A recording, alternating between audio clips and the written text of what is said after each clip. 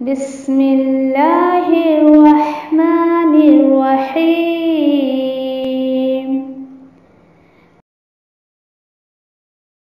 अल-क़ुरआनु हयाती। The Quran is my life, the way to connect with Allah Subhanahu wa Ta'ala.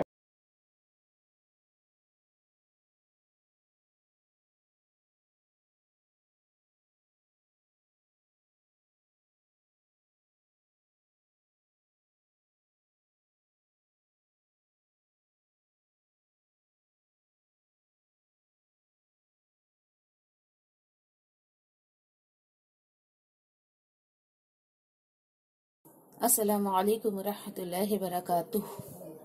नहमदुहु व नुसल्ली अला रसूलिहिल करीम, अम्मा बअद। अऊज़ु बिल्लाहि मिनश शैतानिर रजीम। बिस्मिल्लाहिर रहमानिर रहीम। रब्बिश्रह ली सदरी व यस्सिर ली अमरी वहलुल उक़दतम मिन लिसानी यफ़क़हू क़ौली। रब्बि यस्सिर व ला तुअस्सिर व तम्मिम बिल खैर व बिका नस्तईनु या फ़त्ताह। रब्बि ज़िदनी इल्मा। अल्लाहुम्मा फ़क़्हिना फ़िद्दीन, आमीन या रब्बल आलमीन। अल्लाह की तौफीक से, अल्लाह के फजल से इंशाल्लाह तीसरे सिपारे में इंशाल्लाह आज हम सूरतुल क़ारिअह देखेंगे इंशाल्लाह। और इसका भी यानी कि बेसिक जो हमें इसका भी मैसेज दिया जा रहा है, देखिए कि क़ारिअह जो है वो क़यामत के नामों में से है। फिर उसके बाद इंसान के आमाल का वजन जो किया जाएगा उसके अकॉर्डिंग उसको जो है वो आखिरत में जगह दी जाएगी। तो इंशाल्लाह क्या है इसमें बातें, बहुत अहम मैसेज भी इंशाल्लाह इसमें हमको मिलेगा अल्लाह सुब्हानहू तआला की तरफ से इंशाल्लाह। आयतों के अकॉर्डिंग देखते हैं हम क्या है इसमें। अऊज़ु बिल्लाहि मिनश शैतानिर रजीम। बिस्मिल्लाहिर रहमानिर रहीम। अल्लाह के नाम के साथ जो बड़ा मेहरबान बार बार रहम करने वाला है। अल-क़ारिअतु मल-क़ारिअह वमा अदराका मल-क़ारिअह यौम यकूनुन-नासु कल-फ़राशिल मबसूस व तकूनुल जिबालु कल-इह्निल मंफूश। अल-क़ारिअह, क़ारिअह। देखिए कि अब आप इस सूरत को पढ़ते वक्त ना अपने जहन में कोई बहुत तेज आवाज को तस्वुर में लेकर आइए। कभी कभी देखिए कि हमारे इर्द गिर्द, हमारे अतराफ में ऐसी कुछ आवाज होती है कि जिसको सुनकर ही नहीं गोया सब तक कान फट जाएगा, हमारा कान के पर्दे हमारे फट जाएंगे।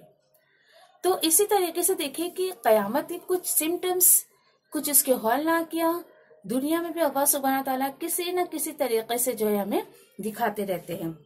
फिर देखिए ये तो कयामत के नामों में से एक नाम है, और इससे पहले भी अल्हम्दुलिल्लाह बहुत सारे नाम जो है अल्लाह के कलाम में गुजर चुके, जैसे अल-हाक़्क़ा ले लीजिए, अल-क़ाम्मा, अल-फ़ाख़्ख़ा, अल-ग़ाशिया, अस-साअ और वाक़िअ।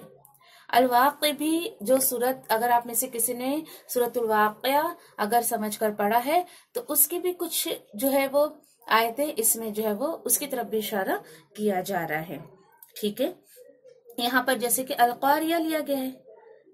इसे इसलिए अल-क़ारिअह क्यों कहा जाता है कयामत को? इसलिए कि देखिए ये अपनी हौलनाकियों से दिलों को बेदार और अल्लाह के दुश्मनों को अजाब से खबरदार करेगी। जैसे कि देखिए कि फॉर एग्जाम्पल अगर समझिए कि कोई हमारा जैसे दरवाजा खटखटाता है तो एक कौन आया है और कौन है वो क्या है, एक इशारा होता है कि कोई आया है। उसी तरीके से जैसे कयामत आएगी उससे पहले अल्लाह सुब्हानहू तआला ये खड़खड़ा देने वाली आवाज सुनाएंगे, तो ये इशारा होगा कि कयामत आ रही है। तो इंशाल्लाह देखते हैं अल-क़ारिअतुल मल-क़ारिअह, खड़खड़ा देने वाली। अल्लाह ताला फरमा रहे हैं क्या है वो खड़खड़ा देने वाली, खड़खड़ा देने वाली क्या है वो खड़खड़ा देने वाली। तो अल्हम्दुलिल्लाह कि यहाँ पर अल-क़ारिअह किसको लिया गया? तेज आवाज को, तेज आवाज को। ये ऐसी तेज आवाज होगी जो अजाब से खबरदार करेगी, जो लोगों को अल्लाह के आने वाले कयामत से खबरदार करेगी। और क्या है ये जो सवाल आया ना, क्वेश्चन मार्क, तो अल्हम्दुलिल्लाह हमने देखा ये क्या है, ये कयामत के नामों में से एक नाम है अल-क़ारिअह। चलिए ठीक है, और उसके बाद और तुम्हें क्या पता है कि वो क़ारिअह क्या है? तो क्या है वो? ये वो दिन है जिस दिन लोग परवानों की तरह बिखरे होंगे। परवानों की तरह बिखरे होंगे मतलब क्या होता है? परवाने जो है, यानी देखिए कि लाइटिंग होती है, उसके बीच बीच में देखिए उसके इर्द गिर्द में छोटे छोटे छोटे अजीब से कीड़े जो है वो उड़ते रहते हैं ना, तो उसकी तरफ इशारा किया जा रहा है कि जिस तरीके से दुनिया में ये छोटे छोटे कीड़े मकोड़े उड़ते हैं जो हमें नजर भी नहीं आते हैं, तो कयामत के दिन कयामत के दिन भी ऐसे ही जो है वो मच्छर, जो ये वो मच्छर देखो, फराशन एक्चुअली जो है ना, मच्छर कौन से मच्छर? जो लाइटिंग या शमा के इर्द गिर्द जो मतलब वो मंडलाने वाले परिंदे होते हैं उसको कहा जाता है। फिर मबसूस का मतलब क्या होता है? मतलब स्प्रेड हो जाना, मुंतशिर हो जाना, बिखर जाना। यानी ये कयामत वाले दिन इंसान भी परवानों की तरह यूं ही बिखरे होंगे। अल्लाह अकबर। देखिए ऐसी आयतें आती हैं, 30वां सिपारा पूरा आपको दुआ मांगने का सिपारा है। जहां ऐसी आयतें हैं आप कहिए अल्लाह सुब्हान तआला उस दिन हमारी खास हिफाजत करना, हमें अपनी खास रहमत में जो है वो शामिल करके रखना।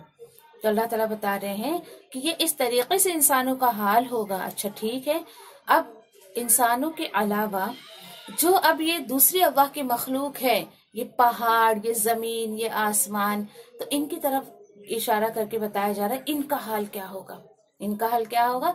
वतकूनुल जिबालु कल-इहनिल मंफूश, और पहाड़ धुनी हुई रंगीन ऊन की तरह हो जाएंगे।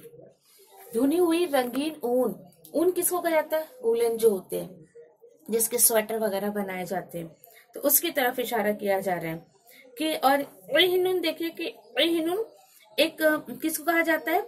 ऊन जो बहुत ही डिफरेंट डिफरेंट कलर्स में रंगी होती है, ठीक है। और मनफूश किसको कहा जाता है? धुनी भी, यानी एकदम वो होगी, क्या कहते हैं इसको, प्योर होगी, धुनी हुई होगी, कोई उसके अंदर डस्ट नहीं होगा, कुछ भी नहीं होगा, इस तरीके से। तो ये बताया जा रहा है कि ये उस दिन जो है, ये पहाड़ की वो हालत बयान की जा रही है जो कयामत वाले दिन उसकी होगी। किसकी? पहाड़ की भी हालत देखो क्या होगी। देखिए कि कुरान करीम में पहाड़ों की ये जो हालत, ये कैफियत मुख्तलिफ अंदाज से बयान की गई है ना। अल्हम्दुलिल्लाह, इससे पहले हमने सूरह नबा में भी हमने देखे कि अल्लाह ताला वहां पे भी बता रहे हैं कि उस दिन पहाड़ों का क्या हाल होना है। तो आप सोचिए जरा, इंसान अपने खुद से ज्यादा जो है वो पहाड़ों को किस कदर मजबूत समझता है, लेकिन अल्लाह सुब्हान ताला यहाँ बता रहे हैं कि उस दिन देखो इन पहाड़ों का क्या हाल होना है। अल्लाह अकबर। ठीक है, चलिए अब इंसान का हाल क्या होगा उस दिन देखते हैं। आमाल के एतबार से इंसान का क्या हाल होना है वहां पर। फअम्मा मन सक़ुलत मवाज़ीनुहु फहुवा फ़ी ईशतिर रादिया, फिर जिसके नेक आमाल का पलड़ा भारी होगा तो वो पसंदीदा जिंदगी में होगा। देखिए, जिंदगी तो उसको मिलेगी ऐश आराम वाली, उसके साथ साथ रजामंदी वाली जिंदगी भी उसको मिलेगी। यहाँ जो है आयत में तदब्बुर करने की बात यह है कि अल्लाह सुब्हान तआला बता रहे हैं कि दो तरीके के जो लोग होंगे, जो मैं आपको बार बार एक कहती हूँ एक बात, इंसान का दो ही अंजाम होना है, या तो जन्नत मिलनी या तो जहन्नम मिलना है उसको। तो यहाँ पे बताया जा रहा है जिनके अमाल का पलड़ा भारी होगा, अमाल का पलड़ा, नेक अमाल का पलड़ा। ऐसा नहीं कि आप बोलो ओहो मैंने तो कितने सारे अमाल किए हैं, अब तो चलो मुझे बहुत कुछ मिलना है। नहीं, नेक अमाल का पलड़ा भारी होना चाहिए, यहाँ पर बताया जा रहा है। अब देखो यहाँ पर मवाज़ीनु आया है, मवाज़ीन ये मीज़ान की जमा है, यानी मीज़ान जिसको हम अल्हम्दुलिल्लाह हमें पता है तराजू को कहा जाता है। अब इसमें देखिए कि इसमें इंसान के जो भी अमाल होंगे, ये कौन सी बुक होगी जिसमें अमाल तोले जाएंगे।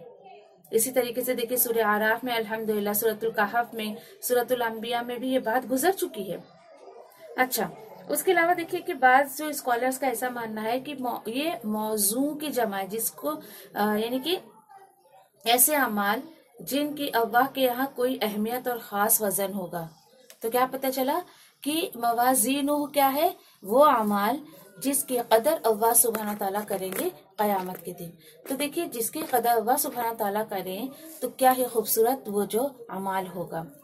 तो अल्लाह सुब्हानहू तआला से अभी आपको क्या दुआ करना चाहिए, आपके शऊर में क्या बात आ रही है कि इस आयत पर मुझे और आपको क्या दुआ करना चाहिए कि अल्लाह मेरे नेक आमाल का पलड़ा भारी कर दे, मेरे जो है नामे अमाल मेरे दाहिने हाथ में जो है वो अता कर। यानी ऐसी ऐसी दुआएं ऐसी ऐसी आयतों पे मांगा करो। कुरान हमें ये शऊर दे रहा है, अपनी फिक्र लगा रहा है कि तुम्हें क्या मांगना है, किस तरीके से तुम्हें अल्लाह से दुआ करने का एक सेंस आ जाता है। तो फौरन दुआ करिए कि अल्लाह तो दुनिया में भी मेरे नेक आमाल जो है मेरे दाहिने हाथ में दे, ताकि कयामत के दिन जो है वो मेरे नेक आमाल का पलड़ा भारी रहे। आमीन या रब्बी। ठीक है, अब इसी के साथ साथ और एक क्या मैसेज मुझे और आपको दिया जा रहा है कि अब देखिए कि नेक आमाल है, अल्हम्दुलिल्लाह दुनिया में उस शख्स ने बहुत सारी परेशानियां उठाकर, मुसीबतें उठाकर अल्लाह को राजी करने के काम किए, अल्लाह की रजा पे जिंदगी गुजारी, तो आखिरत में उसको फहुआ फी ईशति रादिया मिला। देखिए दो बातें हमेशा याद रखिए। क्या है वो बात, कहीं भी जाए जहां लिखना चाहे आप लिख लीजिए। ये जिंदगी अगर आप रब चाहे गुजारेंगी तो डेफिनेटली आखिरत में आपको मन चाहे जिंदगी मिलेगी। नाउ इट्स योर चॉइस, आप जहां की जिंदगी में राजी रहना चाहती है ठीक है, उसके हिसाब से जिंदगी गुजार लीजिए। यहाँ अगर आपने मन चाहे जिंदगी गुजारी तो कयामत में भूल जाइए कि आपको रब चाहे जिंदगी मिलेगी, वहां आपको मन चाहे जिंदगी नहीं मिलेगी। यस, तो चॉइस अक्लमंद इंसान कौन होता है, जो दुनिया में रब चाही जिंदगी गुजार कर आखिरत में जो है वो ईशत रादिया अल्लाह सुब्हानहू तआला से हासिल कर लेता है। अब देखिए ईशा ऐश से निकला है। जिंदगी में इंसान जो है एक चीज हासिल कर सकता है, या तो वो ऐशो आराम वाली जिंदगी हासिल कर ले, लेकिन खुशी हासिल नहीं कर सकता। रादिया मतलब खुशी, ओके, खुश हो जाना, किसी को राजी कर लेना, ये है। आप बोलेंगे ये कैसी बात है, यस डेफिनेटली। फॉर एग्जाम्पल ये देखिए, आपने किसी की बहुत लग्जरियस लाइफ देखी होगी, लेकिन जरूरी नहीं है कि जो खुशहाल है, लग्जरियस लाइफ यानी खुशहाल है, वो मगन है अपने आप में, जरूरी नहीं है कि वो खुश भी हो। क्यों? क्योंकि देखिए अल्लाह सुब्हानहू तआला ने खुशी को अपनी रजा में जो है वो रख दिया है। हाँ, लेकिन वही ऐशो आराम आप अगर अल्लाह को राजी करते हुए हासिल करती हैं तो डेफिनेटली आपको वो खुशहाली के साथ साथ खुशी भी हासिल होगी। और देखिए खुशी और खुशहाली बोथ आर डिफरेंट थिंग्स, ये दोनों एक ही नहीं है। जैसे कि एग्जाम्पल मैंने आपको दिया, बज़ाहिर आप किसी बच्चे को देख रही, ओहो ये कितनी खुशहाल है अपनी ससुराल में, देखो देखो कितनी खुशहाल दिखती है। आपको क्या पता वो अंदर से खुश है या नहीं है। ये बहुत कॉमन सी बात है। ये देखिए आप कि जो इंसान खुशहाल है, हो सकता है आज उसके पास 1000 है, कल वो लाखों में करोड़ों में खेले, लेकिन जरूरी नहीं कि वो अंदर से खुश भी हो। तो खुशी का ताल्लुक किससे है? अल्लाह की रजा में है। तो अल्लाह सुब्हानहू तआला से दुआ करिए। दुआ क्या करना है हमको कि अल्लाह जो कुछ भी तूने मुझे अता किया है, जो ऐशो आराम की जिंदगी दी है, मैं इसको तेरी रजा के लिए इस्तेमाल करूं। यहाँ पर देखिए, अब ये देखिए, अगर यहाँ पर अगर आपने अल्लाह सुब्हानहू तआला से रब चाहिए जिंदगी मांगी, तो फिर ये सोचिए कि अल्लाह सुब्हानहू तआला आपको टेस्ट जरूर करेंगे, आपको जांचेंगे, परखेंगे कि वाकई ये मेरी रजा पे राजी है या नहीं। फिर इसी के साथ साथ अगर हम अंबिया और रसूल इकराम में अगर देखें तो इब्राहिम अलैहिस्सलाम आप देख लीजिए, अय्यूब अलैहिस्सलाम देख लीजिए, आप यूसुफ अलैहिस्सलाम देख लीजिए। इन लोगों की जो एक आजमाइश जो ली गई, अल्लाह सुब्हानहू तआला ने जो भी इन्हें लाइफ दी, जो भी दुनिया में ऐशो आराम दिया, तमाम लोगों ने अल्लाह की रजा के लिए उसको इस्तेमाल किया। ये अल्लाह की रजा पे राजी थे दुनिया में, तो इन्हें अलैहिस्सलाम का टाइटल मिला, ये प्रोटोकॉल मिला। क्यों? क्योंकि दुनिया वाले आपको कोई प्रोटोकॉल, कोई एजाज नहीं देंगे। जो अल्लाह सुब्हानहू तआला की रजा पे चलने पे अल्लाह सुब्हानहू तआला आपको अता करेंगे।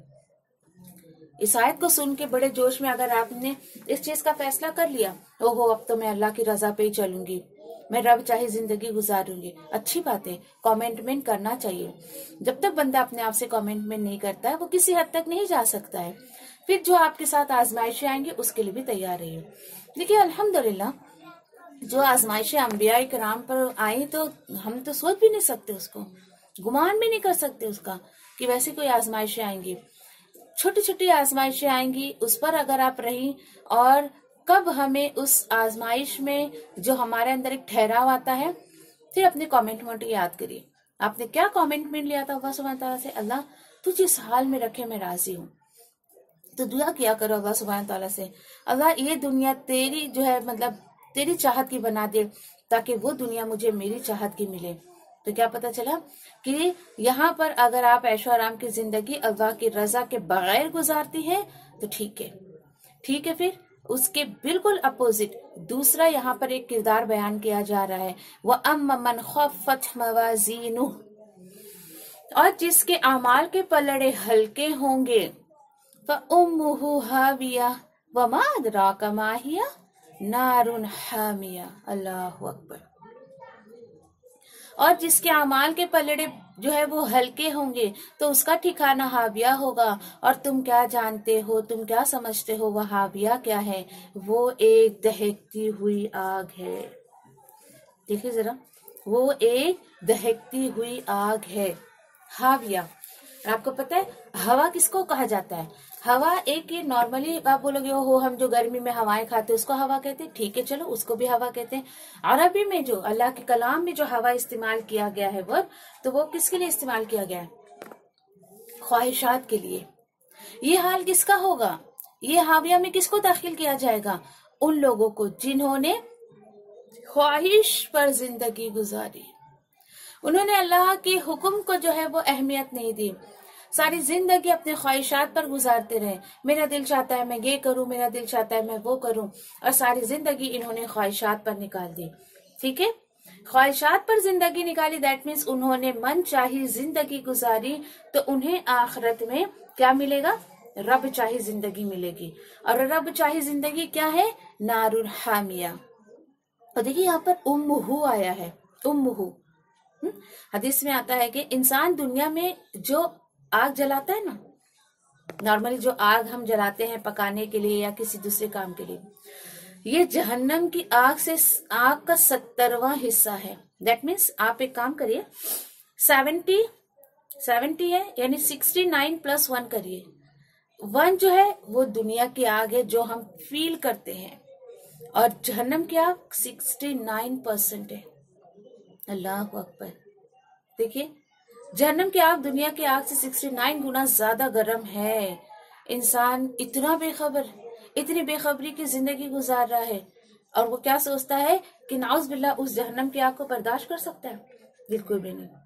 अब ये देखिए यहाँ पर उम्मू कहा गया है, और उम्मू का मतलब क्या होता है? माँ होता है। माँ होता है, यानी जिस तरह से इंसान के लिए माँ उसकी जो है जाए पना होती है ना, इंसान कहीं भी हो जब वो माँ के आगोश में आता है तो उसको कितना सुकून मिलता है, लेकिन ये जहन्नमियों के लिए सुकून की जगह नहीं होगी। यानी गुनहगारों की जो जड़ है, जहां वो जाएंगे उनका ठिकाना ये हाविया है, ये नारुन हाविया है, बताया जा रहा है। और इसी तरीके से देखिए कि जहन्नमियों को जो है वो सर के बल उसमें डाला जाएगा, इसलिए भी उम्मुन का जो है यहाँ पे जिक्र किया गया है। और उम्मुन असल में माइंड, दिमाग के लिए भी इस्तेमाल किया जाता है। ठीक है, तो इस तरीके से यानी आयतों का अल्लाह सुब्हानहू तआला कैसे लिंक कर रहे हैं।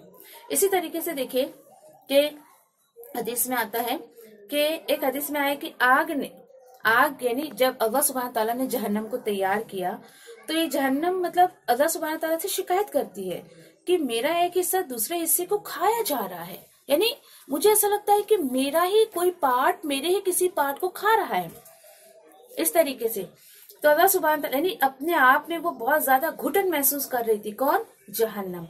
अल्लाह सुब्हानहू तआला ने उसे 2 सांस लेने की इजाजत दी, 2 सांस लेने की इजाजत दी। किसको? जहन्नम को, कि ठीक है तुझे ऐसे महसूस होता है कि तुझे घुटन महसूस हो रही है तो तुम 2 सांस ले सकती हो। अच्छा, फिर ये देखिए कि 1 सांस गर्मी में और 1 सांस सर्दी में। फिर इसी तरीके से देखिए कि जो सख्त सर्दी होती है ना दुनिया में हम जो महसूस करते हैं, तो वो जहन्नम की ठंडी सांस होती है। और बहुत ज्यादा हम जब सख्ती महसूस करते हैं, गर्मी महसूस करते हैं, तो वो जहन्नम की गर्म सांस होती है। तो आप ये कह सकते हो कि जहन्नम जब यानी कि बाहर की तरफ सांस फेंकती है तो दुनिया में गर्मी का माहौल हो जाता है। जब बहुत सख्त गर्मी होती है तो वो गर्मी का माहौल हो जाता है, और जब बहुत सख्त सर्दी होती है तो वो सांस अंदर की तरफ लेती है, तो एक यानी ठंडा माहौल हो जाता है। तो ये देखिए कि हम जो ये यानी कि बहुत ज्यादा गर्मी और बहुत ज्यादा ठंडी जो महसूस करते हैं ना, तो ये वही है। और इसलिए देखिए कि गर्मी में देखिए कि जहन्नम बहुत जोश मारती है, इसलिए हमें दुनिया वालों को जो है वो गर्मी की शिद्दत महसूस होती है। अल्लाह की पनाह। तो ऐसी दिनों में भी हमें बहुत ज्यादा जो है अल्लाह की पनाह में जाना चाहिए, अल्लाह से पनाह मांगना चाहिए कि अल्लाह कयामत के दिन भी तो मुझे बहुत ज्यादा ठंडी और बहुत ज्यादा जो है वो गर्मी से भी हिफाजत करना। देखिए क्या एक सेंस मुझे और आपको ये सूरत दे रही है। अभी भी मेरे और आपके पास वक्त है। क्या वक्त है कि हम अपने नेक अमाल का पलड़ा जो है वो भारी कर लें। क्यों? ताकि अल्लाह के हुक्म से हम जो है वो अल्लाह सुब्हानहू तआला हमें जो है नारुल हामिया से जो है वो हमारी हिफाजत करें इंशाअल्लाह। आमीन या रब्बी। व आखिर दावानी अल्हम्दुलिल्लाहि रब्बिल आलमीन बिरहमतिका या अरहमर राहिमीन। सुब्हान रब्बिका रब्बिल इज्जति अम्मा यसिफून व सलामुन अलल मुरसलीन वल्हम्दुलिल्लाहि रब्बिल आलमीन बिरहमतिका या अरहमर राहिमीन। रब्बना तक़ब्बल मिन्ना इन्नका अंतस समीउल अलीम व तुब अलैना इन्नका अंतत तव्वाबुर रहीम। आमीन या रब्बल आलमीन। वस्सलामु अलैकुम व रहमतुल्लाहि व बरकातुहू।